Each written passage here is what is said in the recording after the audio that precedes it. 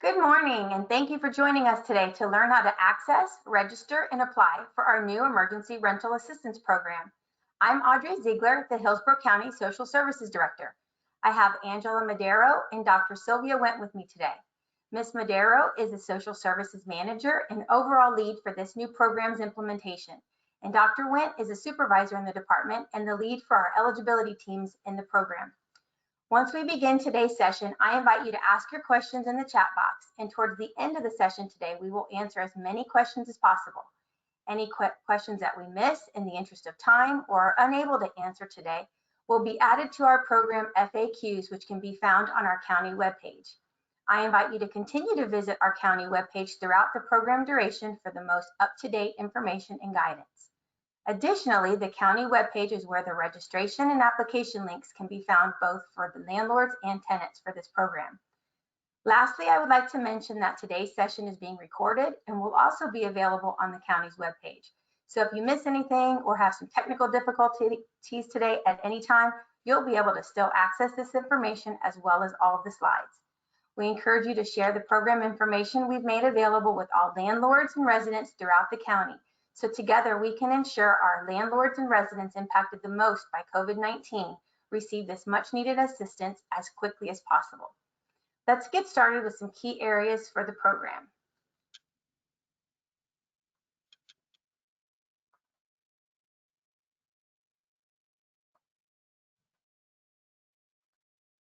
Hillsborough County and the City of Tampa received over $40 million in funding from the Consolidated Appropriations Act.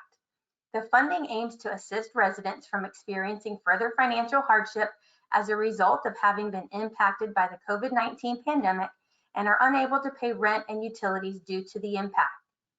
Program benefits will provide approved households up to $7,500 for past due rent and up to $750 for past due Tampa electric bills per eligible household as of March 13, 2020.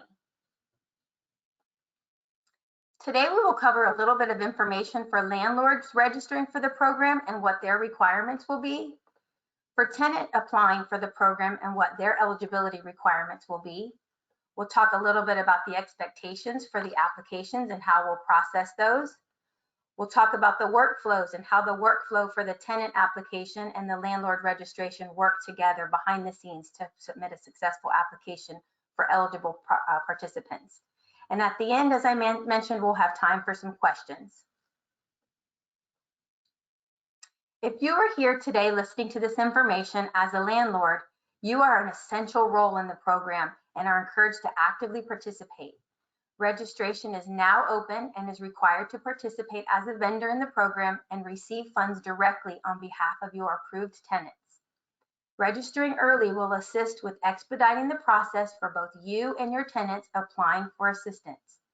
If you do not complete early registration, you do not complete registration when one of your tenants applies, you choose to opt out of the program, or you overall just don't agree to the terms and conditions of the program, payment may still be approved and provided directly to the approved tenants. If you're registering as a landlord, the following information will be needed: a completed W-9 form, the main mailing address where you'll receive approved benefit payments, addresses for all rental properties that have tenants who may qualify for the program. Please do not include a homesteaded property, properties that are subsidized or income-based, or properties where a tenant that is related to you resides. Tenants who reside in these properties are not eligible. And overall, you must agree and accept the program's terms and conditions, which can be found within the registration online portal. When your tenant applies, you will be required to complete a rental ledger form. This form will be utilized to verify information from the tenant application, such as who resides at the rental property, the property address, eligible fees that will be considered for the program eligibility, and which months and amounts are past due. We wanted to show you a little bit about how the application registration portal looks. So when you get to the link that will be available on the county's webpage, this is the first screen that comes up. A landlord will begin the registration by creating an account by selecting the link as shown here in the top right circle in red. Create an account will then bring you to this page where you enter your email address, create a username, and create a password. Once you register, check your email for confirmation, review the program terms and conditions, and you'll be able to proceed from here to upload the information you'll need to register. The next steps are to return to the portal, as I just mentioned, upload the required documents, and this is what that screen looks like. And each time you return to the portal, you will utilize the Landlord dashboard to navigate throughout the system. As I mentioned earlier, there's one part of the landlord process that requires tenant information for you to fill out that's specific to the tenant. For all tenants that apply, a rental ledger is required to be completed by their registered landlord. The rental ledger, again, details all the tenants that are in that property, what the property address is. Eligible fees are listed here, and the past due months and amounts are highlighted here in order for us to basically use this as an invoice for benefit payment. Throughout the duration of the program, you can return to the portal, manage your profile, review and update information, submit documents, submit that rental ledger form for all your tenants that have applied, and check for status updates. And as you can see here at the bottom, we've highlighted the landlord dashboard. So every time you return to the portal, you'll go into the landlord dashboard versus the first time you went in to create an account at the top right. Every time you go back into the portal, you'll use the landlord dashboard link at the bottom. Let's talk about tenants and how they apply. The application portal for tenants will begin accepting applications on Tuesday, March 23rd at 10 a.m. 1,000 completed tenant applications will be accepted and processed each week while funding is available. Only completed applications may be submitted. The online portal will close once 1,000 completed applications are submitted and will reopen to qualifying residents every following Monday to accept the additional 1,000 weekly application capacity. Tenants who have started an application but are unable to submit based on the weekly program capacity being met will be able to continue to work on their submission, continue to upload their information. Even though the portal is closed for submissions, the portal will remain open for the applicant to continue to work within their application to get it finalized. Once the portal reopens, they will be able to submit their application while slots are still available for that week. Keep in mind here that landlords cannot apply on behalf of their tenants, but we do encourage landlords to work with your tenants, refer them to the program, help them understand the program requirements, maybe allow them to use some Wi-Fi in your lobby areas. Any assistance that you can provide as appropriate to work with the tenants to help them become successful in submitting their application will make this process much smoother. Residents who meet the following criteria are eligible. If you are a renter in Hillsborough County, including residents of Tampa, Plant City, and Temple Terrace, have been financially impacted due to the COVID-19 pandemic, your annual household income is at or below 80% area median income as reported on your 2020 federal income tax return, and priority access will be given to eligible households with annual income at or below 50% area median income, or the household has had zero income in the 90 days prior to the application date. If you're past due on your rent payment since March 13, 2020, and or you're past due on your Tampa electric payment since March 13, 2020, and you will provide all the program verification documentation within your program application submitted. And these are the eligibility criteria. Tenants seeking rental assistance will need the following documents when applying. Keep in mind the documents we're going to cover here reflect back on the criteria we just covered. An active lease agreement with a past due balance since March 13, 2020. And of course, that property address must be within Hillsborough County, Tampa, Plant City, or Temple Terrace. Identification for all household members. For the adults, we're going to require a valid Florida identification card or a driver's license. And for all children in the household, we'll require either a birth certificate, immunization records, or school records. A completed 2020 tax return for all household members or all the adults. your Tampa Electric utility bill with a past due balance since March 13, 2020, and you'll be required to accept all of the applicant's program terms and conditions, which again can be found within the portal application. Now, we mentioned that there's a COVID-19, excuse me, a COVID-19 impact requirement in order to be eligible for this program. That verification will not require a document to be uploaded to validate that you've been impacted or the household has been impacted by COVID-19. Within the application, there'll be several scenarios that the applicant can attest to having been impacted by. So for example, if my childcare expenses were increased because of COVID-19 and other options may have been closed, or if I had to quit my job because schools were closed and I didn't have childcare, or maybe I lost my job and had an income reduction. So the applicant within the application will be able to attest to what happened in their household as a result of being impacted by COVID-19, and we will not require a document to upload for this validation.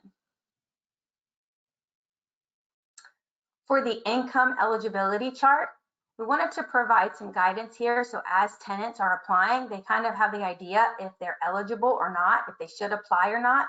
And we do encourage everyone to apply if they're just not sure.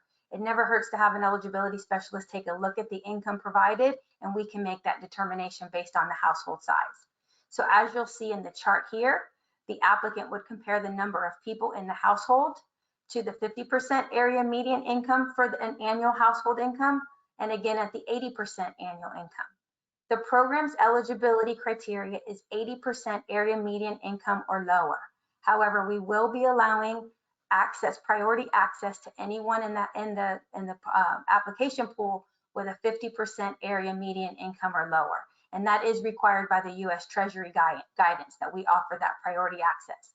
So on March 23rd at 10 a.m., eligible households at or below 50% median income or with zero income in the last 90 days prior to applying will be able to submit their applications along with all their eligibility documents. And then on Monday, April 12th at 8 a.m., the portal opens to the maximum income capacity at the 80% area median income. And that doesn't mean that we stop accepting anyone at the 50% median income. It basically means anyone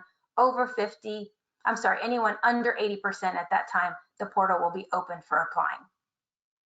Household composition is determined based on your lease, how many people are mentioned there, your 2020 tax return, how many people are filed within that household, and the completed rental ledger that the landlord completes, which highlights the number of people in the house and who they are. Okay, let's look at the portal again. As you can see for the tenant application side, it looks exactly the same. To begin a tenant application, they'll create an account in the portal and select the link as shown here in the top right on the red circle, and that's where the applicant will begin. When applying, remember to click as a renter. So after the registration, they'll be able to go back in as a renter to begin. Have all the supporting documentation ready when you're ready to apply. Submit your application when complete and the required documents that we've asked for are uploaded in the system. You will then receive notification when you successfully completed your application and submitted. An eligibility specialist may reach out and contact you if there are outstanding requirements that we're still not too clear on, and a new deadline will be provided. So for example, if we receive a document that wasn't uploaded clear and we can't read what that document is, or perhaps you left a page out of your lease agreement that we really need to validate that you have a rental obligation, the eligibility specialist will reach out, help you tell the rest of the story for your eligibility determination, and then we'll keep the process moving from there. You'll be able to view your application status and updates in the portal along the way. Note, this is a pretty important key note to mention, that the portal will automatically link the tenant application and the landlord registration by rental address. So there won't be any reason for anyone to have to search around to find if their landlord's participating. It will be in the system and the system will link them.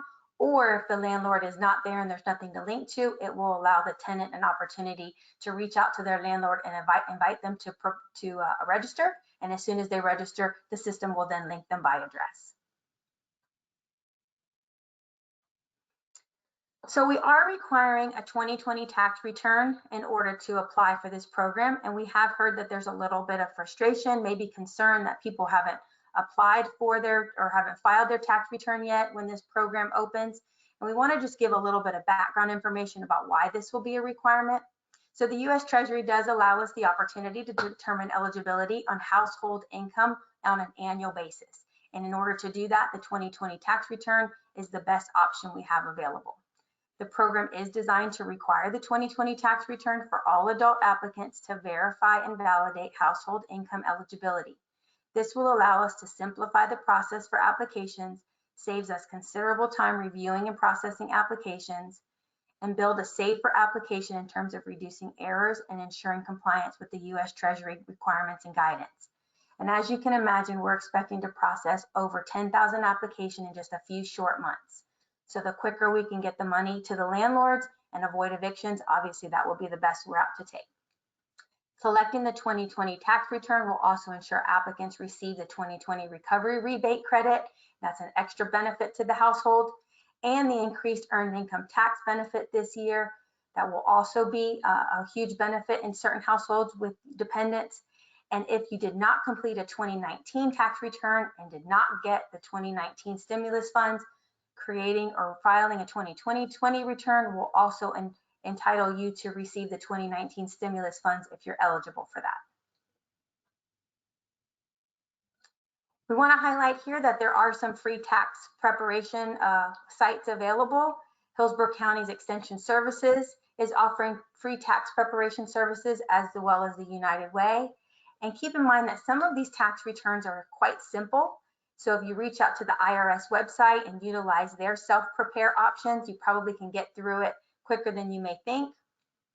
And if you need internet access to either apply for this program and or to prepare your 2020 tax return, you can reach out on the Hillsborough County webpage and look for any libraries in the area that are starting to open with limited capacity, and you'll be able to utilize their Wi-Fi.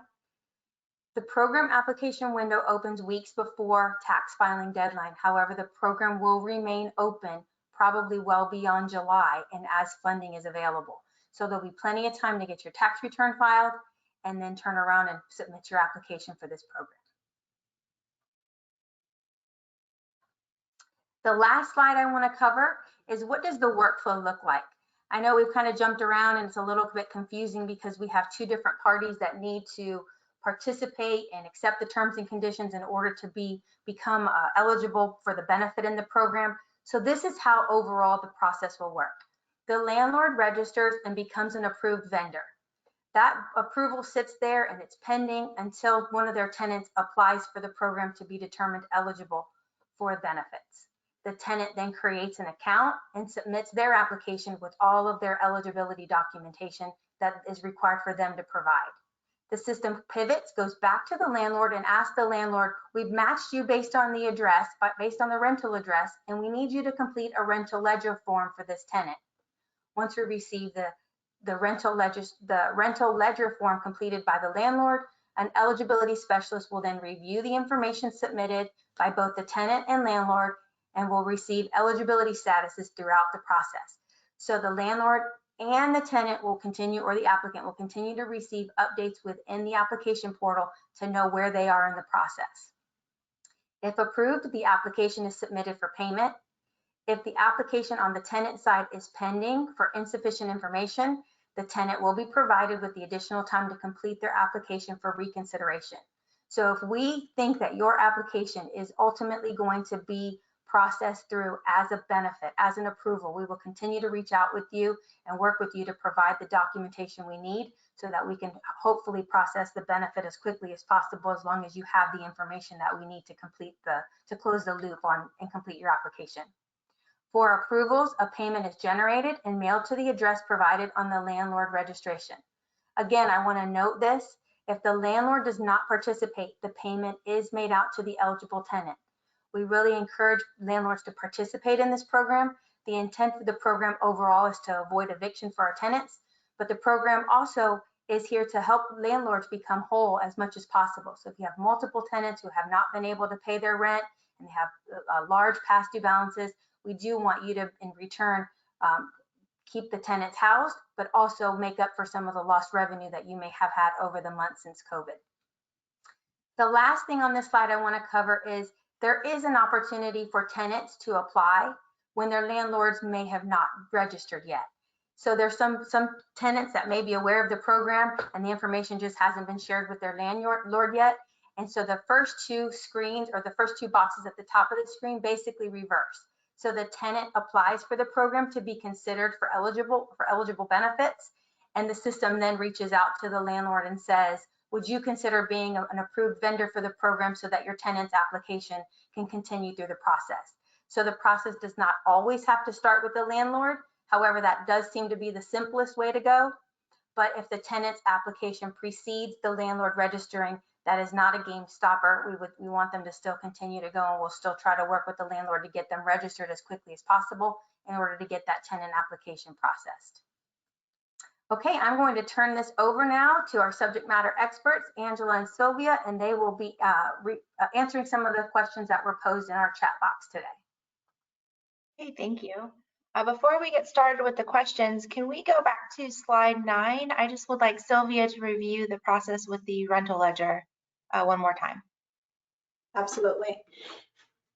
So the rental ledger is going to be a key component of assistance requirements for the program. The reason why is that this ledger provides us with information on the amounts that are past due, as well as the eligible months for assistance.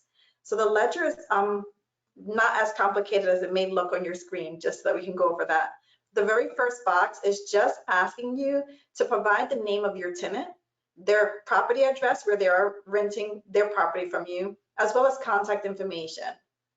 There will be a box directly beneath that where you can enter the names of the individuals that are residing at that location. So all adults and children that you have a record of residing at that location will go inside of that box. The box beneath that goes over the program details. That just identifies that we can only cover amounts that are past due from March 13th on. And it also goes over some of the items that we cannot cover. For example, if your lease includes items such as trash collection services, cable services, internet services, those are not fees that we can include as a part of assistance under this program. We would only be able to cover amounts for base rent. The box beneath that asks for what the total amount past due from the applicant is.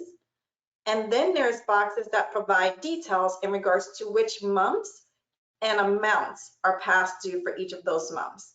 So you would just select the month, and as you can see on the ledger, it starts from March 2020. So if they are past due from March 2020, you would put a checkbox or check the checkbox and then just indicate how much they're past due on your base rent for that month. If they've already made a partial payment for that month, you can include that as well. So as an example, if their base rent is $600 a month, but the tenant in good faith attempted to provide some form of payment to you and they made a payment of $100, then you would only write what the amount is that's remaining. So you would put $500 on that line for the amount that's due for that month. And you would do that for all of the months that are past due up until the latest past due date. Keep in mind, for this program, we are not accepting any future payments for rent. This is for past due rent only. So although you see that it goes up to September 2021, you would only include anything that's past due. The reason those dates are there is so that as the program progresses through time, we have the information already available for you to be able to encourage your tenants to apply if they do fall or become past due at a later date. The very last box is just you verifying, again, your landlord or property manager's information, as well as your contact information. And that's all it is to it for the rental ledger. Okay, thank you. And a few more questions have come in now, so we'll go ahead and get started. Does this program apply to both unincorporated Hillsborough County and Tampa tax district? Yes, as I mentioned in the presentation, any Hillsborough County resident that's eligible is encouraged to apply, and that includes unincorporated Hillsborough, City of Tampa, Temple Terrace, and Plant City. What rights as a landlord do we give up if we participate in the program and the payment of $7,500 does not cover the total past due balance? We encourage the landlords and the participants to read the terms and conditions on the portal. The intent of the program is to keep people housed. So while we are encouraging the landlords to participate so they are made as whole as possible, we do realize there are going to be some circumstances that the $7,500 does not cover the entire past due amount. And we are asking that the landlords work with the tenants to maybe create a payment plan or some sort of plan to recoup the additional payment that the program doesn't cover.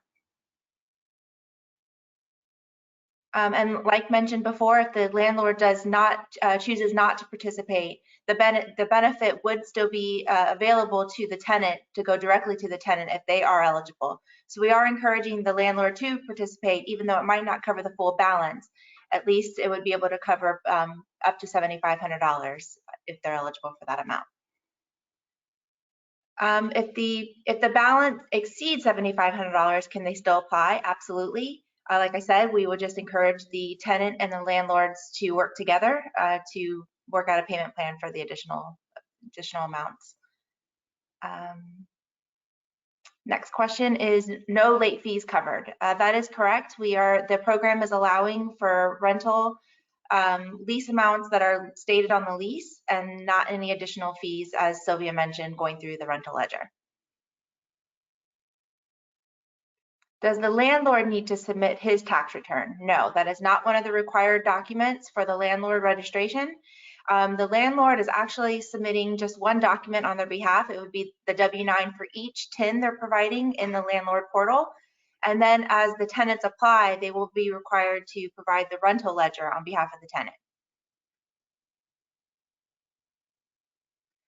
We apply all payments to oldest due dates. Should we put the actual payments in the month paid? And should we include April as past due, since we probably won't get the payment for April 1st? Sylvia, you want to go ahead and cover that one? Absolutely. So any months that are not yet paid or has a remaining balance, that's the amounts that you're going to include on that ledger. If your rent is due on April 1st, and by April 2nd, that tenant has not been able to provide assistance or make a payment for that account, then you can absolutely record that payment as well on their ledger. Unfortunately, if you were filling out this ledger and they applied, let's just say on March 23rd, and you filled out this ledger on March 23rd, at that time, that amount is not yet past due. So keep that in mind. Again, we can only allow for, at the time of the application, any amounts that are past due. So if it is past due as of April 2nd, yes, include it. If they hadn't already applied, if it's not, then we would only include whatever is currently past due at that time. Thank you. Does the resident have to be past due in TICO and rent in order to qualify? No. Well, you have to be able to, the tenant has to be past due with the rent in order to be qualified for TICO, but not the reverse. So if somebody is up to date on their TICO, that does not disqualify them from the rental assistance. However, in order to receive the electric assistance, they would have to qualify for the rental assistance first. And like Sylvia mentioned, past due is defined as anything that's after the due date. So even if it's a day past due, it's considered past due for the program. The estimated time frame from application providing everything to a payment. Sylvia, you want to go ahead and cover that? We wouldn't be able to give exact time frames, but maybe just going through the process again with the workflow. Absolutely. So as Angela mentioned, we cannot provide an exact time frame because every application and circumstance will be a little bit different. However, the landlords can absolutely help expedite that process by ensuring that they have registered inside of the portal to make sure that their information is up to date and ready to go, because that will help us streamline the process to match that application to a landlord and then get the application flowing. But we are looking to process applications as they come in within a 1 to 2 day time frame.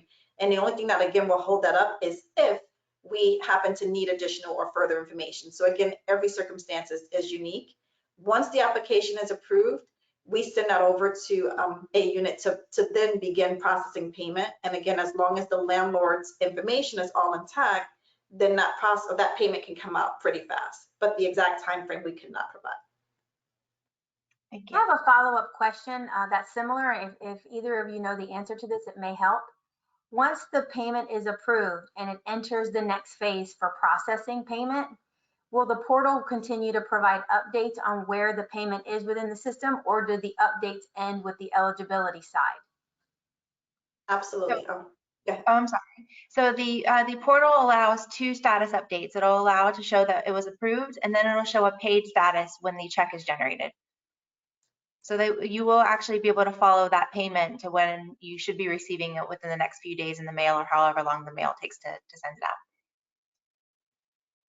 And actually, that adds to notifications are provided not only to the tenants that apply, but the landlords too. So if you had a tenant that apply, you'll be able to see their status updates in your portal account as well. So you'll be able to track how many approvals there were and what kind of payments would be coming your way if you were working with the tenant to apply. What happens if you don't have a mortgage on the rental property, but since unable to obtain the rent, I can't pay the taxes, insurance, and take care of the maintenance? So this program is not for mortgages assistance at all. It is for the rent. However, if you do have a tenant there, please encourage them to apply. So you can actually recoup some of the rental amounts that you're owed, and then you can apply that to the fees that you're sharing with us now. Would residents be able to apply if they are currently under eviction? If so, what would the what that means for the eviction and how it would be canceled? Sylvia, do you want to talk a little bit about the terms and conditions and the eligibility for past due for tenants? Absolutely. So if a tenant is currently under an eviction process, we do hope that the landlords will work directly with that tenant to perhaps stop that eviction process if they are aware that the applicant is participating in this program and they have also agreed to be a landlord. One of the requirements that we have with the program is that we are asking that if you are accepting funding through the program, that you are not evicting your tenant due to non-payment, with the understanding that any eligible fees that are past due up to $7,500 will be provided to you directly as a benefit. So hopefully that you can take that as a payment guarantee to support that your payment is coming and you can stop that eviction process. As well as Angela mentioned earlier, we do also hope that you work with your tenant on any amounts that might still be past due above their max benefit of $7,500 or anything that may not be covered. If you would like to receive or review additional information in regards to the terms and conditions, that's also available on the website. It is posted right at the bottom on your screen, hcflgov.net/R3 Home Help. And it's also included in the portal and email documentation that was sent to you. Thank you. And just to add to that, like we mentioned before with the status updates, those are, as soon as the system is updated, you do receive the notification, so you will be able to know that there is a payment forthcoming. And to also add to that, if the tenant is applying for TICO, we actually do send the notification to Tampa Electric as soon as the eligibility is determined. So that will prevent disconnections and shut-off notices from coming. Even though the payment will be coming in the future, the actual promise to pay is applied to the account at that time. Okay, where can we find the terms and conditions for the program online? So when you're registering as the landlord, it is in your portal, and also as the tenant, the terms and conditions during the application. And then you can also find the information, like Sylvia just mentioned, on the county website, hcflgov.net/R3 Home Help. If the resident is currently in eviction and the eviction is served, and then the tenant is removed before the payment, do we still receive the payment? So the payment actually has to be applied to in order to keep the person housed. So if the eviction is already happening before the payment is approved, then we would ask you not to continue with the program, because if they've already been evicted, we would not be able to pay that benefit amount to you.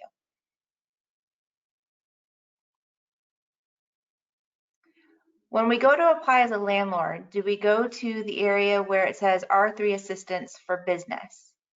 No, when you go to the county website under R3 home help, you will see on that page where it says that it's for rental assistance, and there's a link there that will send you to the application and the registration process.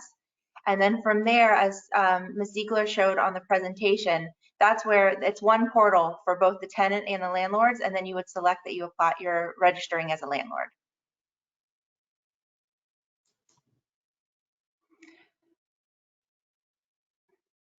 Okay, and then I have another question that's asking for, I believe, the tenant link. The tenant link isn't available yet because we aren't opening the tenant application until March 23rd at 10 a.m. and then the tenant link will be available online as well. And then can a tenant apply if they've received funding previously, number one, and number two, if they've been denied funding previously? Sylvia, you want to go ahead and answer that one? Absolutely. A tenant can absolutely apply if they've already received assistance through the program. Just keep in mind, we cannot duplicate benefits. So if they received assistance for through the R3 program previously, and we've already, for example, paid March and April of 2020's rent, and that amount is still past due, we cannot go ahead and approve an eligible payment for that month again because we've already allocated funding for that month that was approved. However, any other amounts that remain unpaid that we have not already provided prior assistance for can absolutely be paid through the program as long as the applicant is eligible and approved. And if they've been denied for previous funding, yes, they can still go ahead and apply. Their previous denials do not impact their eligibility for this current process. We do ask that, again, they review all of the details for the program and make sure that any requirements are addressed to ensure that they aren't denied. But they will be working directly with an eligibility specialist who will make sure that they notify them of any missing documentation and provide a deadline to get that information to us. Okay, just a few more questions. How long does the registration process take, and would I be able to do that from my phone? So depending on the extent of how you review the terms and conditions, would depend on each registrant. However, we are typically saying that the registration process for landlords is anywhere from 15 to 30 minutes. And the portal is available, it's mobile friendly, so you will be able to do that from a smartphone device. If you are having any technical assistance with the application process, both for landlords or registration, or have additional questions about the application once you're in the portal, you can contact the call center. They are available Monday through Friday, 8 to 6 p.m. And the telephone number again is 866-375-9114. I have just one comment. We have a comment that was added to the portal. We have a landlord that's on that mentioned that it took them about 15 minutes to get their registration completed, including uploading the W-9. So you're hearing it directly from a landlord who actually went through that portal and completed that themselves. Thank you, Susan, for that feedback. Yes, and some other feedback regarding the portal, which you will see if you are on Internet Explorer. It actually does recommend that you use Chrome or Edge for better portal programming. Use those platforms. And I have a few tenants that are past due. Can they all apply? Yes, please encourage any of your tenants that are past due to submit an application. There's not a limit for how many particular households in a complex can apply. There's not a limit to the benefit for overall for the program for the landlord to receive. So each household, if they are past due and meet the requirements, they would be eligible to receive the benefit. Okay, and that was the last question we had. I can just wait one more that just popped in. Someone is asking, what about a late fee? And the earlier question was whether or not they would have to waive the late fees. We can't tell you to waive the late fee. What we can advise is that we're unable to make that payment.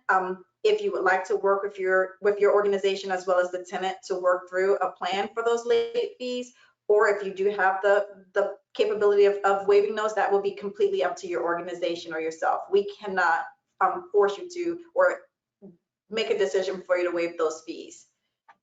And landlords cannot apply on behalf of their tenants. They have to, the tenant has to apply. The landlord is only registering so that their information is there to receive the payment directly.